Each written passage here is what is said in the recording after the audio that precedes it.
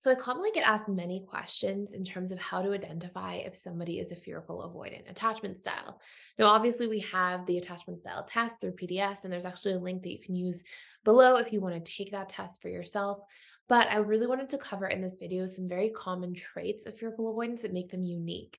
And something that's actually very interesting is because fearful avoidance can obviously lean anxious or lean avoidant, because the anxious side of attachment can sometimes feel more uncomfortable because of the pronounced emotions of feeling anxious and afraid and sort of needy or fearing abandonment and feeling unsafe.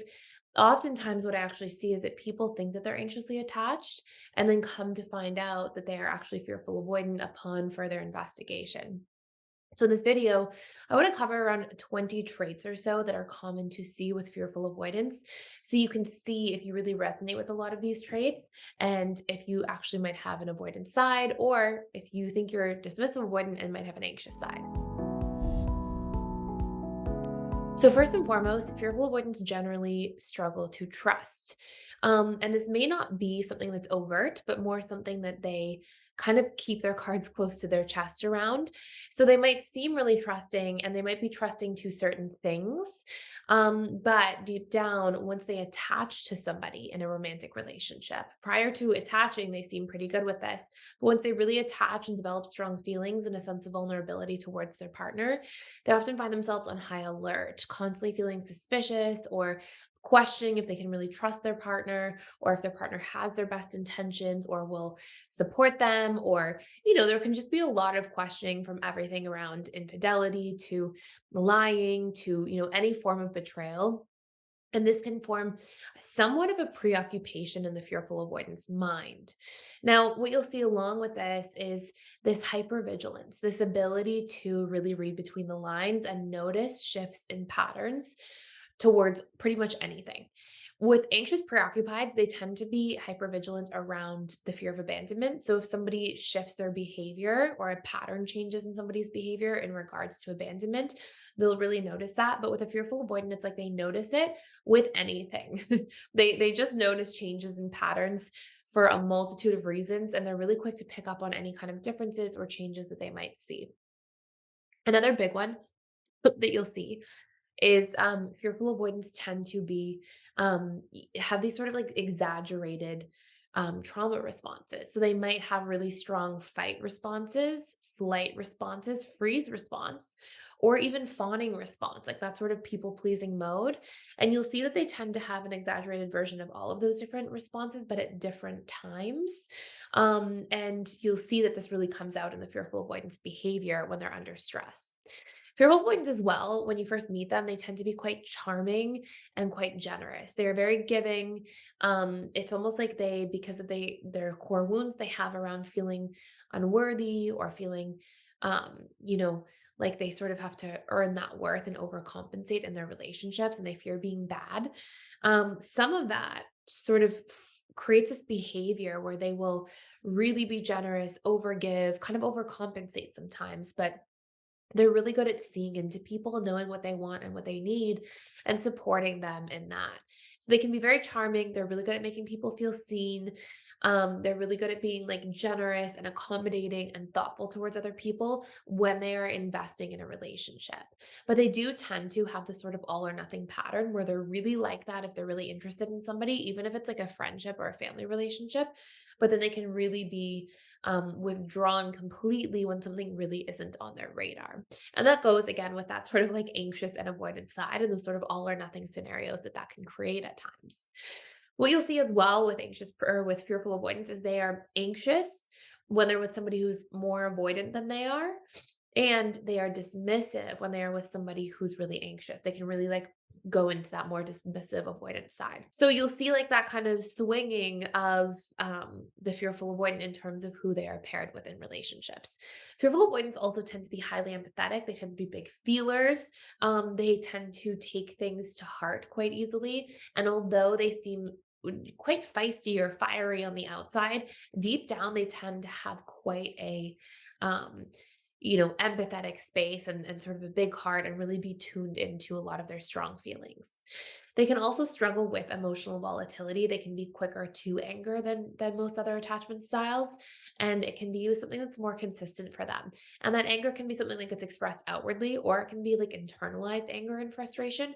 And again, this just has a lot to do with the different core wounds that they have in their relationships that can easily be triggered with others. Fearful avoidants tend to read people extremely well. They tend to be quite passionate people, you'll see. They really light up around things. And again, this kind of comes back to that all or nothing dynamic where they're like all in or all out. And on one side of things, they can be really passionate about being all in on something, whether it's a relationship, a project, an idea.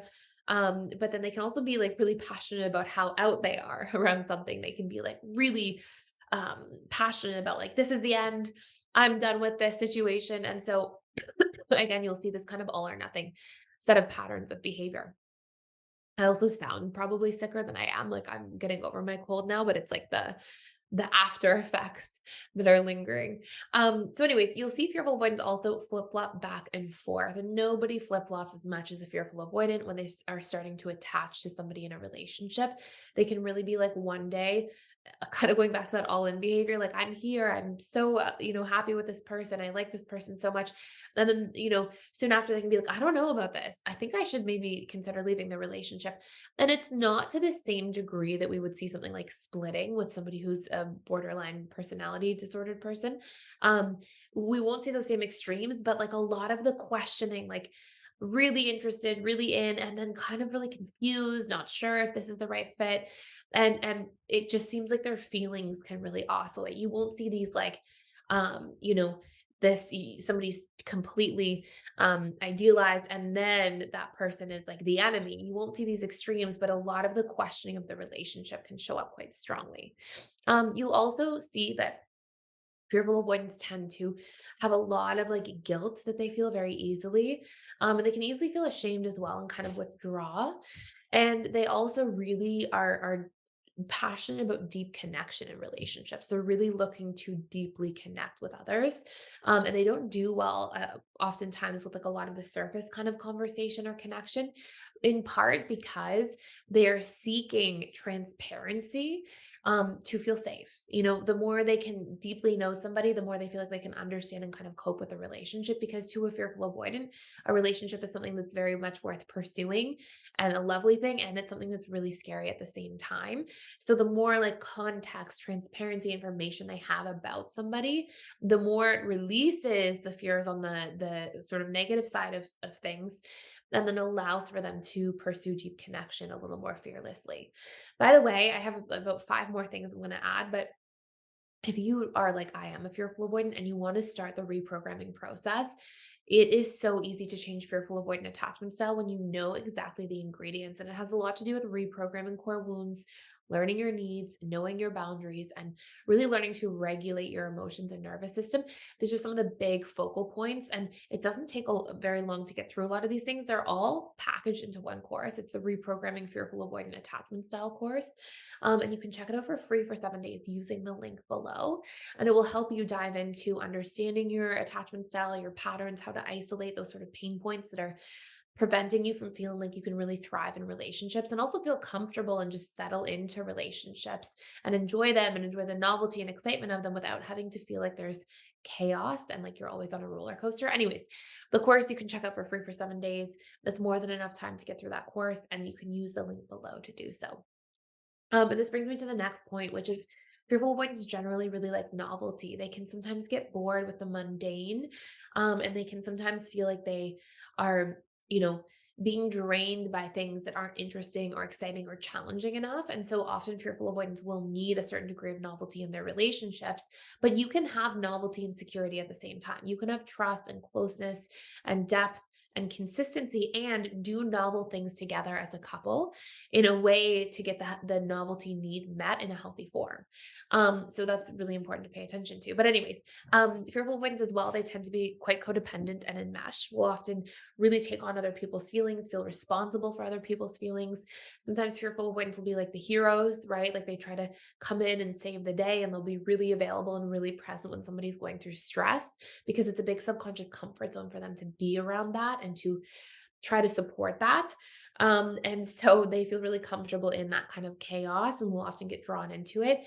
And again, if you don't have good boundaries in that process, it can actually be at the expense of yourself. But if you learn to have good boundaries, you can go in and support and help people while taking yourself into consideration. Um, Fearful wouldn't also really value novelty. Sorry, novelty. They really value freedom. They like to have their freedom and independence. And part of it's because they appreciate that in their relationships themselves. And they tend to be kind of exploratory personalities. But also it's because they are afraid to rely on others and be let down and feel helpless. So you can see that part of it's sponsored by truth and part of it's kind of sponsored by fear. And those are important things to pay attention to as well. And it's definitely fearful avoidance work to learn how to have interdependent relationships and have that healthy give and exchange. So, really important things to pay attention to. Hopefully, that made a little bit of sense for you. Um, and hopefully that also helps to sort of clarify. And I'm going to do, the top 20 or so traits of anxious, preoccupied, and dismissive avoidance in a series as well, so that you can check that out a little bit further, get a little more clarity. And I hope this was helpful for you today. Thank you for watching. Thank you for listening. Please, if you are enjoying this channel, consider liking and subscribing and hitting the notification bell down below. I literally put out daily content for this channel. So, yeah, thank you for being here, and I look forward to seeing you in future videos.